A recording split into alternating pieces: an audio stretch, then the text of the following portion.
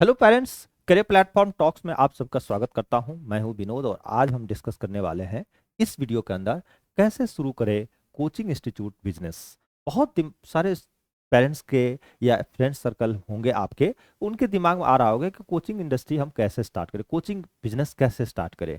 तो देखो, coaching business start करने के लिए सबसे पहले बच्चों या सॉरी पेरेंट्स, आपको क्या करना पड़ेगा, मार्केट डिसाइड करें, यानी आपके नीच क्या होना चाहिए, आपका नीच तय करे सबसे पहले कि आप किस चीज का कोचिंग देना चाहते हैं। देखिए, मैं आपको एक चीज सलाह दे देता हूं कि हर आदमी सपने मत देखिए कि मैं कोचिंग चला लूंगा। कोचिंग हर आदमी नहीं चला सकता है, क्योंकि मैं ऑलरेडी 10 साल से कोचिंग चला रहा हूं। कोचिंग वही चला पाएगा जिनका जो खुद का एक टीचर होगा, और वही कोचिंग सक्सेस भी होता है। आप समझिए, अगर आप खुद का टीचर नहीं है तो आप पैसा लगा सकते, इन्वेस्ट कर सकते हैं, खुद को चला नहीं पाएंगे, क्योंकि बहुत इसमें प्रॉब्लम है कोचिंग इंडस्ट्री में। ये सबसे बड़ा डिमेरिट है, इसीलिए हर आदमी कोचिंग नहीं चला पाता है। मैं समझा रहा हूं, आप एक ही चीज को समझिए, कोचिंग इंडस्ट्री आप कैसे स्टार्ट करोगे। ठीक है, तो सबसे पहले आपको किस चीज का कोचिंग देना है, यानी आपको नीच मार्केट पता लगाना पड़ेगा। यानी आपको डिसाइड करना है कि आपकी जो है ना कोर कॉम्पिटेंसी, मतलब आपका जो है ना मेन सब्जेक्ट पर क्या पकड़ है। अगर आपका बैकग्राउंड साइंस से है, बहुत सारे पेरेंट्स ऐसे हैं या बहुत सारे टीचर्स ऐसे हैं जो, ठीक है, जिसका बैकग्राउंड आप मान लिया जाए आपका साइंस बैकग्राउंड से है, तो आप क्या चाहेंगे, या तो कॉम्पिटिटिव एग्जाम का कोचिंग दे, जेई नीट सीयूटी ये सब का कोचिंग दे, और या आप जो है कॉम्पिटिटिव एग्जाम जैसे बैंकिंग हो गया, एसएससी हो गया, रेलवे हो गया, ठीक है, रेलवे हो गया, और कई सारे एग्जाम्स है जो आप एग्जाम का तैयारी कर सकते हैं। तो पहले ना आप सारे चीज का कोचिंग मत खोल दीजिए। जब भी कोचिंग स्टार्ट करें कंपटीशन का, कॉम्पिटिटिव एग्जाम का, तो आप अपना नीच पकड़िए। ठीक है, साइंस बैकग्राउंड से है तो जेई नीट सीयूटी ये सब का तैयारी करा सकते हैं। ठीक है, आप नहीं है साइंस बैकग्राउंड तो आप जैसे आप कंपटीशन की तैयारी काफी दिनों से करवा चुके हैं, कई जगह एक्सपीरियंस लिए हैं, एसएससी बैंक पीओ को पढ़ा चुके हैं, तो आप इसी चीज का कोचिंग खोले। एसएससी बैंक रेलवे ये सब का कोचिंग खोले। अगर आप जेई नीट को तैयारी करवाए हैं पहले से, फिजिक्स अच्छी है, केमिस्ट्री अच्छी है, मैथ्स अच्छी है, तो आप उसके बारे में नॉलेज है, तो आप इस चीज का कोचिंग स्टार्ट करें। ठीक है, तो एक तो कॉम्पिटिटिव एग्जाम का हो गया। दूसरी होते हैं ना, कई पेरेंट्स हो या टीचर्स हो सकते हैं, ठीक है, वो क्या होते हैं कि स्कूल ट्यूशन डाल देते हैं। जैसे क्लास, कोई स्टूडेंट फर्स्ट से, कोई सिक्स से, कोई सेवन से, है ना, तो स्कूल लेवल का ट्यूशन स्टार्ट करना चाहते हैं, या स्किल बेस्ड कोई कोर्स या कोचिंग देना चाहते हैं। जैसे कई सारे पेरेंट्स या कोई टीचर ऐसे होते हैं जो, ठीक है, स्पोकन इंग्लिश, कंप्यूटर कोर्स या कोडिंग वगैरह का, जैसे कई सारे लोग पैथन के क्लासेस से स्टार्ट करना चाहते हैं, तो ये सब भी जरूरी है। ठीक है, तो स्किल बेस्ड भी आप कोचिंग खोल सकते हैं, स्टार्ट कर सकते हैं, या फाउंडेशन लेवल जो है ना छोटे बच्चों का, या ओलंपियाड लेवल की तैयारी करा सकते हैं। तो आपको ना सबसे पहले डिसाइड करना पड़ेगा कि आपको किस चीज की कोचिंग स्टार्ट करनी है, तो वो पहले डिसाइड कर लीजिए। ठीक है, क्योंकि अब उसके बाद आपको मैं बताने वाला हूं, जब आपने एक डिसाइड कर लिया किस चीज का, तो उसमें इन्वेस्टमेंट कितनी होगी, उसमें प्रॉफिट कितना है, उसकी मार्केटिंग कैसे करेंगे, किस लोकेशन में कोचिंग खोलेंगे, टीचर्स कैसे हायर करेंगे और सेटअप कैसे करेंगे, ये सारे चीजें की जरूरत पड़ेगी कोचिंग इंडस्ट्री में। ठीक है, तो मैं आपको ये सारा चीजें आपको धीरे धीरे मैं बताने वाला हूँ। ठीक है, कि देखो बच्चों, सब या सॉरी मैं जो भी पेरेंट्स या टीचर्स या हमारे फ्रेंड्स देख रहे हैं, उनके लिए खास करके मैं आपको बताने वाला हूँ कि देखिए, सबसे पहला मैं आपको यहाँ बता रहा हूँ, कोचिंग बिजनेस का जो मैं अभी ब्लूप्रिंट तैयार करूंगा, मैं अब सबका एक साथ तो नहीं हो पाएगा। इस वीडियो में खास करके जिसके बैकग्राउंड साइंस बैकग्राउंड है, जो भी टीचर हैं और साइंस बैकग्राउंड से है, ठीक है, और वो कोचिंग देना चाहते हैं क्लास 4 से लेकर 12 तक, जेई नीट और ओलंपियाड की, तो उन या फाउंडेशन लेवल का, तो उनके लिए मैं आपको इस वीडियो के अंदर मैं डिस्कस करने वाला कि उसमें कितना इन्वेस्टमेंट है, मार्केटिंग किस तरह से करेंगे और क्या कमाएंगे आप। ठीक है, कितना प्रॉफिट आपको आएगा। उसके बाद एसएससी के जो कोचिंग का सेटअप कॉस्ट क्या है, कितना प्रॉफिट कमाएंगे, उसके लिए अलग बनाऊंगा। कोई अकाउंट्स के लिए अलग है, कोई कोड स्कूलिंग लेवल पर सिर्फ एकेडमी लेवल पर कोचिंग खोलेगा तो उसका अलग है, स्किल बेस्ड हर तरह का कोचिंग का मैं एक एक सेपरेट वीडियो बनाऊंगा। इसमें ना स्पेशली डिमांडेड जो है ना, सबसे ज्यादा जो मार्केट में डिमांड है, डिमांड फॉर क्लास 4 से 12 जेई नीट और ओलंपियाड इज हाई, बहुत डिमांड है। क्योंकि ये क्या होता है ना, 4 से 12 डायरेक्ट बच्चे स्कूल में होते हैं, इन बच्चों को कोचिंग तो चाहिए ही चाहिए, और जैसे बच्चा 10th करता है तो वो कंपटीशन के एग्जाम की तैयारी में लग जाते हैं। तो इसके सबसे ज्यादा डिमांडेड है आज, डिमांड है आज मार्केट में। क्यों? कि coaching is the one of the fast growing education sector in India. Bharat में सबसे ज्यादा एजुकेशन सेक्टर जो है ना ग्रोइंग हो रहा है, आप समझ रहे बातों को, क्योंकि इसकी जो मार्केट साइज है ना 1.2 लाख करोड़ प्लस है। अब सोच लीजिए 1.2 लाख करोड़ प्लस है। जितने बड़े बड़े एम्पायर हैं आप देख रहे हैं इसमें एजुकेशन सेक्टर में, क्योंकि इसका साइज बहुत बड़ा है। एक फैमिली में अगर देखा जाए तो अगर 2-3 बच्चे हैं तो सबको एजुकेशन चाहिए, और एजुकेशन शुरुआत से लेकर के 25-26-30 साल तक लोग पढ़ते ही रहता है, 30 ईयर तक, जब तक वो सेट नहीं होता कहीं ना कहीं।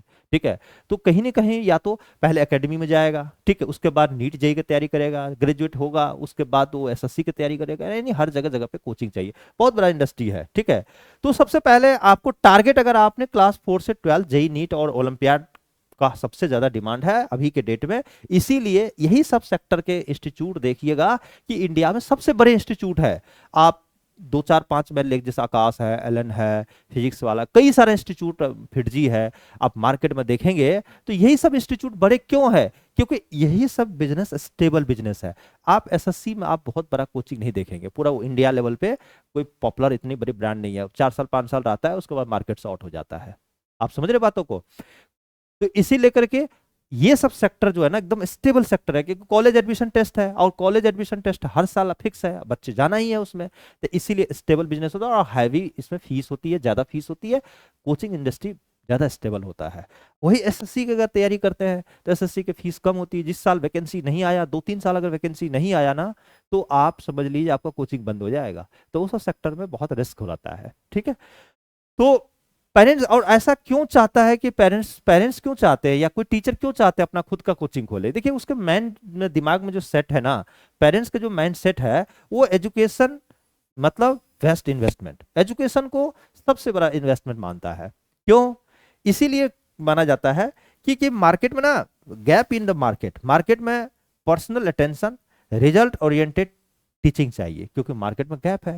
भाई आज के डेट में क्या होता है कि बच्चों को अगर हम बैच में पढ़ाते हैं उतना ज्यादा पर्सनली अटेंशन नहीं हो पाता, बच्चों को एक एक बच्चों पर काम करे, तो इसीलिए पेरेंट्स ये सोचते हैं कि अगर हम कोचिंग खोलते हैं तो बच्चों के इंडिविजुअल अगर हम ध्यान देंगे ना, तो बच्चे का ग्रोथ ज्यादा अच्छा होगा। ठीक है, और हमारे यहाँ ज्यादा से ज्यादा बच्चे आएंगे, और सही यही है। जो बच्चों, स्कूल और कोचिंग क्या है, कोचिंग क्यों आया? कोचिंग इसलिए तो आया कि कहीं ना कहीं स्कूल में गैप है, हर बच्चों पर ध्यान नहीं दे पाते हैं। भाई सबका दिमाग अलग अलग है, स्कूल में सभी बच्चों को अलग अलग टीचर पढ़ाते हैं। ठीक है, ऐसा तो है नहीं, वहां पे एक ही टीचर 40 बच्चों को पढ़ाते हैं, तो एक ही चीज एक ही समय में एक ही इंस्टेंट ऑफ टाइम पे हर बच्चों का अपना मेमोरी पावर, अपनी कैच का पकड़ने का पावर अलग अलग होता है। कोई बच्चे ज्यादा सीरियस होते हैं तो ज्यादा कैच करते हैं, कोई बच्चे क्या होता है वो नहीं सीरियस होते हैं क्लास में ज्यादा, तो कम।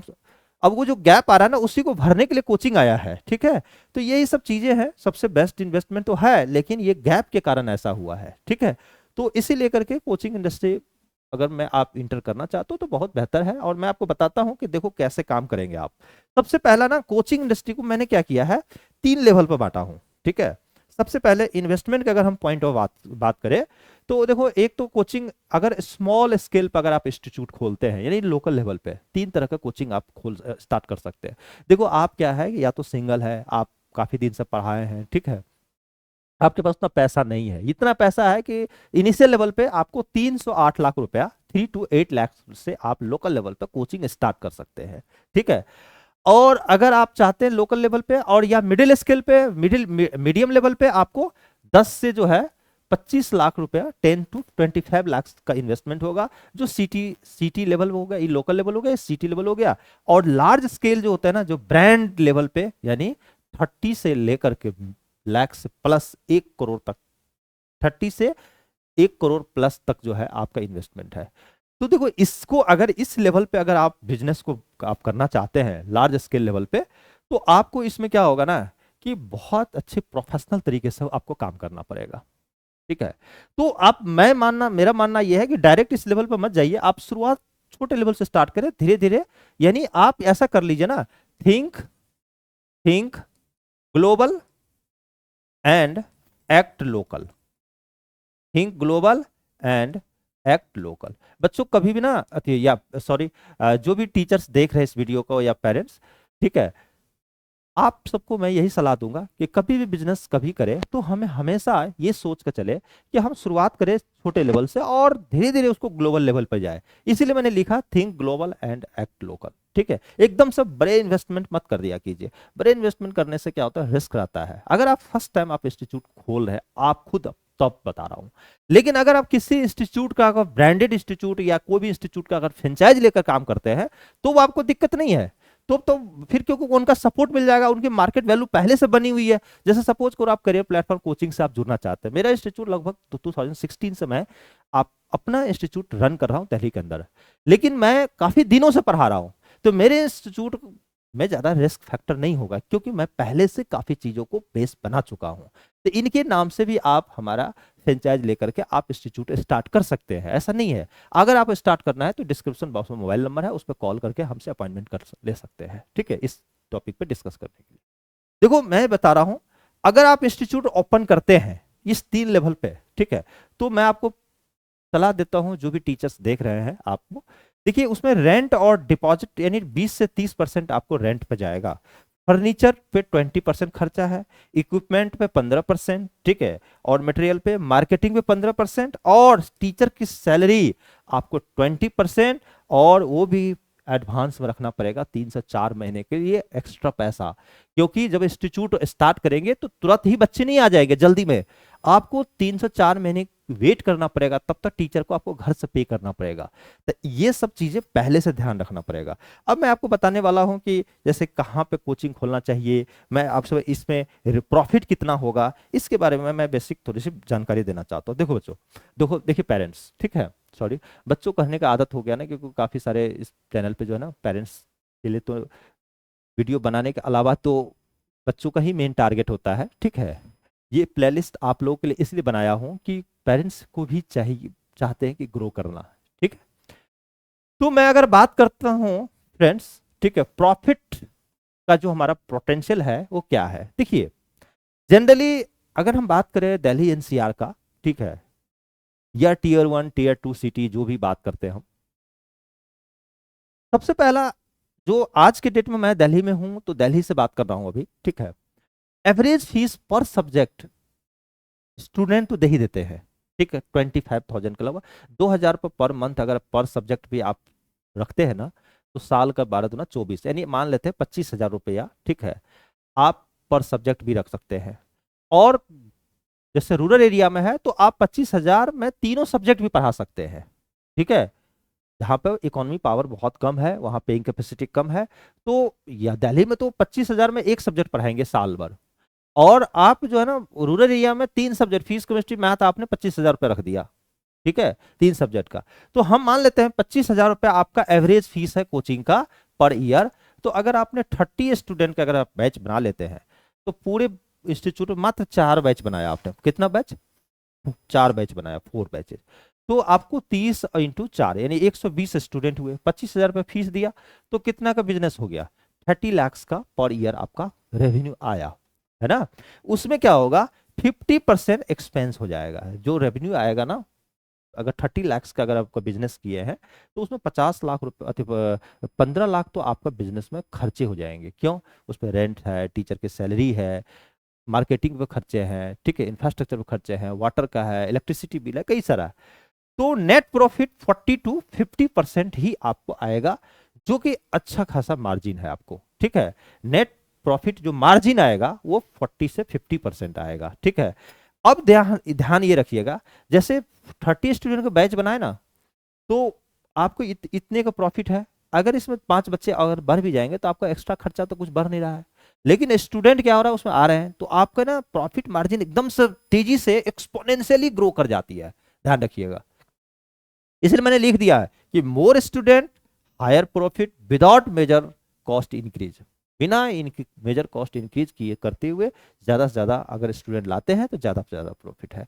Coaching industry, coaching business start करना आज के डेट में सबसे सस्ता बिजनेस है, इन्वेस्टमेंट बहुत कम होता है, ये वन टाइम इन्वेस्टमेंट है, बेंच टेबल ये सब आप लेकर के आप स्टार्ट कर सकते हैं और अच्छी खासी प्रॉफिट है।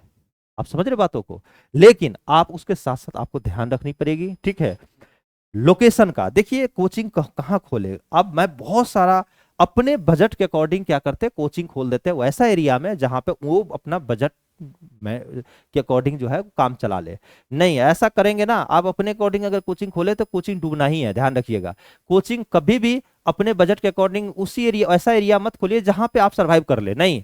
कोचिंग थोड़ी सी पेनफुल तो होता ही है। कोचिंग वहां खोल ओपन करे जहां से, ठीक है, स्कूल नजदीक हो, रेसिडेंशियल एरिया हो जहां पे पॉपुलेशन काफी थोड़ी सी मतलब ज्यादा हो, ठीक है, और इजी जो है ना ट्रांसपोर्ट एक्सेस हो, वहां पर आसानी से लोग बच्चे जो है ना आ जा पाए, ठीक, उस एरिया में। और वहाँ पे लो नॉइज इन्वायरमेंट हो, वहाँ पे ऐसा नहीं कि शोर शराबा आवाज बहुत सारा आ रहा हो। उसके बाद कंपेटिटर का भी एनालिसिस हो, 4-5 कोचिंग जहाँ पर खुली हो ना वहीं पर कोचिंग खोलिए, क्योंकि कोचिंग के बगल में ही कोचिंग खोलने से आपको मार्केट के बारे में अच्छी नॉलेज मिलेगी, ठीक है, क्योंकि बच्चे वहीं आते हैं, ठीक है। आप ऐसा जगह कोचिंग खोले जहाँ पर कोचिंग है ही नहीं, तो बच्चे कैसे पहुंचेंगे? सब्जी मंडी में ही सब्जी बिकती है, ध्यान रखिएगा ये चीज कॉन्सेप्ट, ठीक है। तो ये सब भी था। और कभी भी कोचिंग ना ज्यादा हाइट पे, 3rd फ्लोर 4th फ्लोर पर कोचिंग मत खोलिएगा। कोचिंग जब भी स्टार्ट करे तो कोशिश करे कि ग्राउंड फ्लोर या लिफ्ट फॉर कन्वीनियंस हो, ठीक है, ग्राउंड फ्लोर 1st फ्लोर पे ही कोचिंग दे, ठीक है। बेसमेंट पे अवॉइड ही कीजिए आप, ठीक है। और थोड़ी सी जाने का लिफ्ट वगैरह का सुविधा होनी चाहिए, ठीक है। और आज के डेट में ना जो आग बुझाने वाला ये सब सारा चीजें, सब इक्विपमेंट जितने भी है सारी चीजें लगी रहनी चाहिए। कई सारे दरवाजे होनी चाहिए उसमें, ताकि कभी भी इमरजेंसी में हम बच्चे बाहर निकल पाए, ठीक है। सेफ्टी को भी ध्यान रखना पड़ेगा। और सीसीटीवी भी आपको इंस्टीट्यूट में लगानी पड़ेगी, क्योंकि आज के डेट में पेरेंट्स ये भी देखते हैं कि हमारे बच्चे कितने सेफ है, तभी आपके कोचिंग में बच्चे आएंगे। अब मैं आप बात करता हूं कि स्पेस की कितनी रिक्वायरमेंट होता है। देखो बच्चों, देखिए पेरेंट्स, मैं आपको बताता हूं कि जब कोचिंग स्टार्ट करेंगे ना, जैसे 4 से 8 क्लास के जो लेवल का, यानी फाउंडेशन लेवल का जो अगर आप स्टार्ट करते हैं, तो 2 से 3 क्लासरूम की जरूरत होती है, जिसमें 400 से 800 स्क्वायर फीट के कोचिंग में आपका कोचिंग स्टार्ट हो जाएगा। और वही 9th 12th कॉम्पिटिटिव एग्जाम का लगभग 1200 से 2500 स्क्वायर फीट, यानी 4 से 8 क्लासरूम चाहिए। और जिसपे reception, counselling cabin, staff room, washroom और स्टोरेज, ये सब चीजें आपको व्यवस्था रखनी पड़ेगी इंस्टीट्यूट में। क्योंकि जैसे मान लिया टेस्ट सीरीज आपको लेना है, टेस्ट लेना है बच्चों को, तो टेस्ट सीरीज के लिए पेपर आप जब रखेंगे तो कलेक्ट करके लेकर स्टोरेज रूम तो चाहिए ही वहाँ, ठीक है। उसके बाद ना टीचर को आप कैसे हायर करोगे? टीचर देखो, आप जब भी हो फैकल्टी हायरिंग करने के लिए एक्सपीरियंस टीचर होना चाहिए। सबसे इंपॉर्टेंट है कि कम से कम एकदम बिल्कुल फ्रेशर टीचर को ना रखने का कोशिश करें, 1-2 साल का एक्सपीरियंस हो, ठीक है। अब एक्सपीरियंस टीचर सब भी क्या करते हैं, ठीक है, जब भी पढ़ाते बोलते यहाँ का एक्सपीरियंस था, उसका प्रॉपर पेपर लीजिए, ठीक है। और उसका जो है टेस्ट लीजिए, उसके बाद जो है सो उसका डेमो लीजिए, उसके बाद टीचर को आप अपने पास रखिए, ठीक है। और part time subject expert advance topic पे, अब मान लिया जाए जो टॉपिक सब काफी एडवांस है, अच्छी खासी एग्जाम लेवल, जैसे नीट का है, कुछ टॉपिक अच्छी टॉपिक, बढ़िया बढ़िया टॉपिक पे ना एक स्पेशल टीचर सबको हायर करके रखिए बाहर से, उसको पार्ट टाइम पे रखिए। जैसे मैग्नेट पढ़ाना है तो बाहर से मंगाइए टीचर को, ठीक है। आप समझ रहे बातों को इस टाइप से। और फ्रेश ग्रेजुएट असिस्टेंट फैकल्टी, लेकिन इसके बाद इंसेंटिव और परफॉर्मेंस, लेकिन इंसेंटिव टीचर को कोशिश करें कि teacher always take trial lecture, ठीक है, कुछ उसका लेक्चर वगैरह ट्रायल ले ले। और टीचर के जो सैलरी की बात करें ना, अब बहुत दिमाग में आता है कि सर टीचर को सैलरी पे कैसे रखूं। तो देखो, देखिए आप सबको मैं बताता हूँ।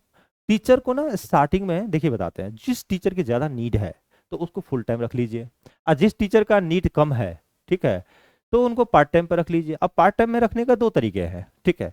या तो आप मान लिया जाए, जैसे आपने 30,000 फीस रखा, सपोज करो, ठीक है, तो 30,000 फीस रखा, तो आप या तो टीचर को बोलिए कि 50-50 पर रख लो, 50% टीचर को दे दीजिए, 50% आपका हो गया, ठीक है। या आजकल जो है ना 60% टीचर को दे दीजिए, 40% आप रख लीजिए। आप जैसा निगोशिएट करेंगे, 70-30, 60-40 या 50-50, आप अब टीचर से निगोशिएट करके उस तरह से जो सब्जेक्ट पढ़ाएंगे वो, उसका जो भी फीस आएगा उस फीस को उस तरह से रेशियो में दीजिए। और वन टाइम फीस मत दीजिए, उसको क्या करें पार्ट पार्ट में दीजिए। जैसे आपको 5 मंथ या 6 मंथ में कोर्स कंप्लीट करनी है ना, तो आप जो है ना हर महीने महीने उसको डिवाइड करके उस पेमेंट को आप दें। क्योंकि कई बार टीचर क्या करते हैं, टीचर आपका छोड़ भी सकता है, बच्चे भी जा सकता है बीच, इस क्लास चलते चलते 2 महीने के बाद ही छोड़ दिया तो आपको लॉस हो जाएगा, ठीक है। रिस्क फैक्टर दोनों पे होना चाहिए। आप समझ रहे बात को, इनिशियल लेवल पे। उसके बाद ना कई सारे टीचर, आप मैं अगर इंस्टीट्यूट खोलते हैं तो कई सारा टीचर को आप जो है ना, अगर आपका ज़्यादा इनिशियल लेवल बच्चे कम है तब तो परसेंटेज पे रख लीजिए, अगर बच्चे ज़्यादा है तो आप परसेंटेज में मत रख करके आप आवर हिसाब से रख लीजिए, ठीक है। आवर हिसाब से जैसे पर आवर जो है ना मार्क देख लीजिएगा, ठीक है, मैं आपको बता भी दूंगा, ठीक है, कि क्या एक सुटेबल बनता है, ठीक है। तो आवर हिसाब से, ठीक है, जनरली 1200, 1000 रुपया, 1000, 1200, 1500, 2000, जैसा जैसा भी सब्जेक्ट होगा उसके अकॉर्डिंग आवर पर रख लीजिए। ज्यादा टीचर की नीड है काफ़ी सारी क्लासेस लग रहे हैं उनके, तो आवर तो काफ़ी ज़्यादा हो जाएंगे। तो उस समय आप फिक्स सैलरी कर लीजिए टीचर का, और उसको 9 घंटे 8 घंटे आप अपने पास रखिए, जो भी बैचेज है उसको अकॉर्डिंग वो क्लास लेंगे, ठीक है। तो इस तरह से आपको काम करना है। अब देखो, मैं कोचिंग बिजनेस जो स्टार्ट करेंगे, तो स्टार्टिंग में मेरा जो मानना है ना, आप कोचिंग जब भी खोले तो पहले ना ऑफलाइन से स्टार्ट करें, ठीक है। एकदम से ऑनलाइन में आप आ जाओगे ना, तो फिर आप आएंगे तो एकदम से बिजनेस नहीं आता है। ऑनलाइन जरूरी है, मार्केटिंग वगैरह कीजिए, धीरे धीरे आप लाइए। तो पहले ऑफलाइन में जैसे उसको जो है सो मार्केटिंग ऑफलाइन में आइए, तो उसको बैनर्स, फ्लायर्स, ठीक है, नियर स्कूल के आसपास जो है बैनर वगैरह लगाए, ठीक है। फी फ्री सेमिनार डेमो दीजिए, पेरेंट्स काउंसलिंग सेशन दीजिए, tie up with stationery shop, आसपास पे स्टेशनरी शॉप के दुकान पे पेरेंट्स लोग जाते हैं बुक्स खरीदते, तो वहां से टाई अप कर लीजिए कि आप हमारे पास बच्चे भेजेंगे तो कुछ इंसेंटिव वगैरह का प्रावधान रखिए, ठीक है। उसके बाद ना स्टूडेंट को एक्विजिशन स्ट्रेटजी से कंडक्ट फ्री स्कॉलरशिप टेस्ट, ठीक है, organise olympiad awareness programme, offer referral discount to the parents, ठीक है। और बीच बीच में क्या करें, जो कोचिंग स्टार्ट करे चलने लगे आपके, तो शो केस टॉपर्स के, और साथ उसके साथ साथ टेस्टिमोनियल वगैरह दे करके लोगों को दिखाए सोशल मीडिया के थ्रू, ठीक है, या होर्डिंग्स वगैरह लगा के कि हमारे यहाँ से ये रिजल्ट आए हैं, ठीक है। ऑनलाइन में भी देखो, और सबसे पहले ना कोचिंग जब भी खोले तो सबसे पहले गूगल लिस्टिंग जरूर करें, Google my business, Google my business पे जा करके, ठीक है, आप गूगल लिस्टिंग जरूर करें, क्योंकि आपका कोचिंग किस लोकेशन पे है, ज्यादातर शहरी एरिया में ना, शहरी एरिया में जनरली लोग गूगल से ही जाते हैं लोकेशन लेकर के, ठीक है। तो आप जीएमबी पे जरूर रजिस्टर करें, फेसबुक इंस्टाग्राम पे ऐड चलाएं और रेगुलर पोस्ट डालें। यूट्यूब पे एक चैनल बना लीजिए, उस पे जो है ना फ्री में टिप्स वगैरह दीजिए कि हम किस तरह से पढ़ाते हैं, क्योंकि आपका वीडियो होना भी जरूरी है। यूट्यूब पे कई जो है ना बच्चे जो है ना आपका वीडियो देख करके भी आते हैं, ठीक है। व्हाट्सएप पे ब्रॉडकास्ट लिस्ट करें, जैसे काफी बल्क मैसेज वगैरह का आप ले लें और सभी को डेटा पे शेयर कर सकते हैं आप, ठीक है। अब आप देखिए, मैं जैसे टाइमलाइन टू लॉन्च, आप कोई भी मान लिया बैच लॉन्च करते हैं, तो उसमें सबसे पहले मार्केट रिसर्च कर लीजिए, ठीक है, कि उस समय कौन सी मार्केट में डिमांडेड है, ठीक है। डिमांड किससे, जैसे कभी बोर्ड नवंबर दिसंबर जनवरी का समय आता है तो सीयूटी का बहुत ज़्यादा डिमांड होता है, तो उस लेवल का बैच अगर आप स्टार्ट करते हैं तो ज़्यादा प्रॉफिट होगा आपको। उसके बाद लोकेशन फाइनलाइज और रजिस्ट्रेशन, रजिस्ट्रेशन भी जरूरी है। देखिए, आप छोटे मोटे इंस्टीट्यूट करते स्टार्ट करते हैं तो ज़्यादा कॉम्प्लिकेटेड नहीं है, लेकिन आप थोड़े से अच्छे लेवल पर आप अगर बिजनेस करना चाहते हैं तो आपका रजिस्ट्रेशन जरूरी है। अब रजिस्ट्रेशन क्या होता है, बहुत सारे पेरेंट्स या टीचर्स होते हैं ना, वो डायरेक्ट कंपनी बना लेते हैं, नहीं, मेरा मानना है कि आप जब भी रजिस्ट्रेशन करें तो आप एज ए प्रोप्राइटरशिप या एक छोटा फॉर्म रजिस्टर करके, और धीरे धीरे आप ले उसको बनाए, डायरेक्ट प्राइवेट लिमिटेड वगैरह मत बनाइए। मेरा जो मानना है, प्राइवेट लिमिटेड बनाएंगे कंप्लाइंसेस काफ़ी सारी बढ़ जाएगी, रेवेन्यू उतना होगा नहीं, और लास्ट में वो क्या होगा, बंद करना पड़ जाएगा। तो आपका जो डीएससी डीन है, आप अगर आप उसको प्रॉपर तरीके से नहीं बंद करते हैं तो आप ब्लॉक कर दिया जाएगा और आपको मार्केट में निगेटिविटी आ जाएगा। प्रोप्राइटरशिप या पार्टनरशिप फॉर्म बना करके आप स्टार्ट करते हैं छोटे लेवल पे, ठीक है, या ओपीसी भी कर सकते हैं, 1% कंपनी लाइबिलिटी ओपीसी लेकर के, ठीक है। तो आपको उसमें खर्चा कम आएगा और कंप्लाइंसेस भी कम हो जाएगा। जैसे बड़ा हो जाएगा आप प्राइवेट लिमिटेड में कन्वर्ट कर लीजिए, एकदम से शुरुआत में नहीं करें ऐसा ऐसा काम, ठीक है। तो कभी भी ध्यान ये रखिएगा कि जब भी आप कोचिंग हो, पहला मंथ में ये हो गया, मंथ दूसरे में इंटीरियर फैकल्टी हायरिंग, मार्केटिंग हिस्सा और admission drives, demo classes, batch launch कब सब करना है, ये सब टाइमलाइन आपको पहले से प्लान करके काम करना पड़ेगा, ठीक है। दूसरी बात है कि अब इसमें देखो बच्चों, फीस स्ट्रक्चर क्या रखे। देखिए, आपको ना ये बहुत इंपॉर्टेंट है कि जब हम कोचिंग खोले तो हम फीस क्या रखें। तो देखो, फी स्ट्रक्चर तय करें आप। सबसे पहले लोकल कंपटीशन के बराबर या थोड़ा बेहतर प्राइस रखें आप, ठीक है। देखिए, आपका क्या आता है, मैं ये नहीं कहता हूँ कि बाहर बाहर जो है ना 2,000 रुपये में पढ़ा रहा है तो आप भी 1,000 नहीं। मेरे इंस्टीट्यूट में मैं जो पढ़ाता हूँ, मेरे यहाँ पे क्वालिटी को हमने क्या किया, मेंटेन कर लिया, और हमारा फीस एवरेज से काफ़ी गैप है, ठीक है। अगर एवरेज मतलब जैसे दूसरे कोचिंग में अगर 1,500 से 2,000 फीस लेता है, ठीक है, लेकिन हमारे यहाँ पे ऐसा नहीं है। हमारे यहाँ 3,000 से लेकर के 4,500 का लगभग फीस लगेगा। लेकिन आखिर इस दोनों में क्या डिफरेंस है, हमारे यहाँ ये फीस है इसलिए ऐसा है कि हम क्या किए, क्वालिटी पर काम किए, बैच का साइज कम स्मॉल कर दिए हैं, हर बच्चों पे एक एक काम करते हैं इंडिविजुअली। तो इससे क्या होता है कि आपको पेरेंट्स एकदम खुश होकर के पैसे पे करेंगे, आपको उसके बच्चों को बेनिफिट होनी चाहिए। तो उस तरह से आप रखिए। उसके बाद फुल कोर्स, मंथली इंस्टॉलमेंट, दोनों का ऑप्शन रहे। आप मान लो पेरेंट्स आते हैं, भाई उसको बोल दिया हमको आपको साल में 50,000 रुपये देने हैं, नहीं, उसको जो है ना एक तो फुल कोर्स फीस एक बार में जमा कर दे, और या मंथली इंस्टॉलमेंट, या मंथली हो या इंस्टॉलमेंट बेसिस पे, ये दोनों ऑप्शन दीजिए ताकि पेरेंट्स अपने सुविधा के अकॉर्डिंग वो फीस को आसानी से भर पाए। और फर्स्ट बैच के लिए अर्ली बर्ड्स ऑफर दे, जब पहली बैच कभी स्टार्ट करते हैं तो उसमें कुछ ऑफर्स वगैरह दीजिए ताकि वो पेरेंट्स हैप्पी होकर के, खुश होकर के आपके यहाँ एडमिशन ले। ठीक है, अब मान लिया जाए, अब दूसरी बात क्या होता है कि रिस्क क्या है, देखो इसमें क्या है, हाई कंपटीशन। देखो मैं बता रहा हूँ, कोचिंग इंडस्ट्री आप स्टार्ट तो करते हैं लेकिन रिस्क भी बहुत ज़्यादा है, इसमें कंपटीशन इतनी ज़्यादा है कि मार्केट में सर्वाइव करना आसान नहीं है।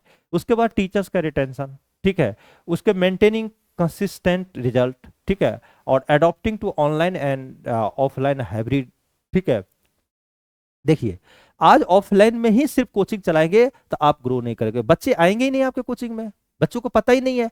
तो इसमें सबसे बड़ी रिस्क ये है ना, एक साथ ऑनलाइन ऑफलाइन दोनों में अभी आपको मार्केट को पकड़ना है, और दोनों में अडॉप्ट करना, और साथ साथ हाइब्रिड मॉडल में मतलब रखना आसान तो है नहीं। ये तो रिस्क बहुत ज़्यादा है, इसमें इन्वेस्टमेंट मांगता है। ठीक है, और काफ़ी टीम के साथ काम करना पड़ता है, ये बहुत बड़ी रिस्क है इसमें, कि सबसे पहला ऑनलाइन ऑफलाइन दोनों यानी हाइब्रिड लर्निंग रखनी पड़ेगी। दूसरी बात तो कंपटीशन ज़्यादा है मार्केट में, गली गली में दुनिया भर के कोचिंग खोले, आपसे कम फीस में वो पढ़ा रहे, आपके यहाँ बच्चे लाना बड़ा कठिन काम हो जाएगा, क्योंकि मार्केट बिल्ड करना पड़ेगा, मार्केट को दिखाना पड़ेगा, टाइम लगेगा इसमें। ठीक है, टीचर का रिटेंशन, टीचर्स भी आपको परमानेंट रहेंगे नहीं रहेंगे, मतलब कोई गारंटी नहीं, कभी भी बीच में छोड़ कर जा सकता है, उसको जैसे बेस्ट ऑप्शन मिलेगा, ये मैनेज करना भी कठिन काम है। तो रिस्क तो है, ठीक है, लेकिन इसका ग्रोथ देखो, मैं आपको तो लॉन्ग टर्म अगर हम बात करें तो देखिए, अगर हम बात करें तो स्मार्ट, सबसे पहला ग्रोथ अपॉर्चुनिटी स्टार्ट, ठीक है, स्मॉल और एक्सपेंड बैचेज। ठीक है, add online batches, launch on study material, test series. ठीक है, फ्रेंचाइज मॉडल आफ्टर, जैसे आपका इंस्टीट्यूट थोड़ा सा पुराना हो जाए ना, 3-4 साल जब पुराना हो जाए, तो अब आप फ्रेंचाइज मॉडल आप ला सकते हैं, और फ्रेंचाइजी भी आप अपना इंस्टीट्यूट का दे सकते हैं। ठीक है, प्रॉपर रजिस्ट्रेशन आप वगैरह सब करा करके। ठीक है, उसके बाद देखिए मैं बता रहा हूँ कंक्लूजन क्या हुआ, कंक्लूजन ये हो कि एजुकेशन सेक्टर जो बिजनेस है लॉन्ग टर्म स्टेबल बिजनेस है।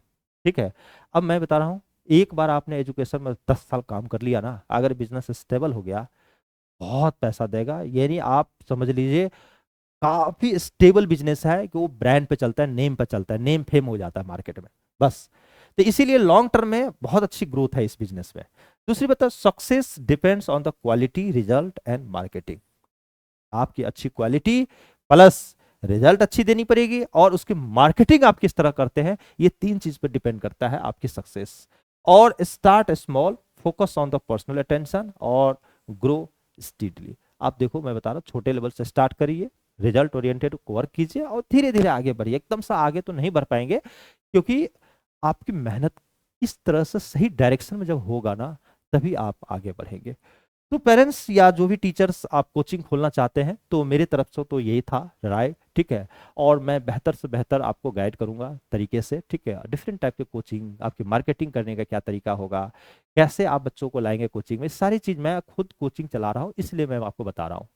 अब मैं बताता हूँ करियर प्लेटफॉर्म के बारे में। देखिए हमारा जो कोचिंग इंस्टीट्यूट है वो नीट, जेई, फाउंडेशन, ठीक है, ओलंपियाड वगैरह इस टाइप का हम कोचिंग, सीयूटी का कोचिंग देते हैं। ठीक है, हमारे यहाँ पे रिजल्ट ओरिएंटेड हमारा भी कोचिंग सेंटर है ना, दिल्ली में मेहरौली, छतरपुर, कालूसराय, इस एरिया में हमारा इंस्टीट्यूट चलता है। ठीक है, जो भी स्टूडेंट का एडमिशन वगैरह चाहिए हमारे यहाँ, तो इस नंबर पर कॉल कर सकते हैं, या हमारे बिजनेस के साथ आप जुड़ना चाहते हैं तो इस नंबर पर कॉल करके हमसे डिस्कस कर सकते हैं।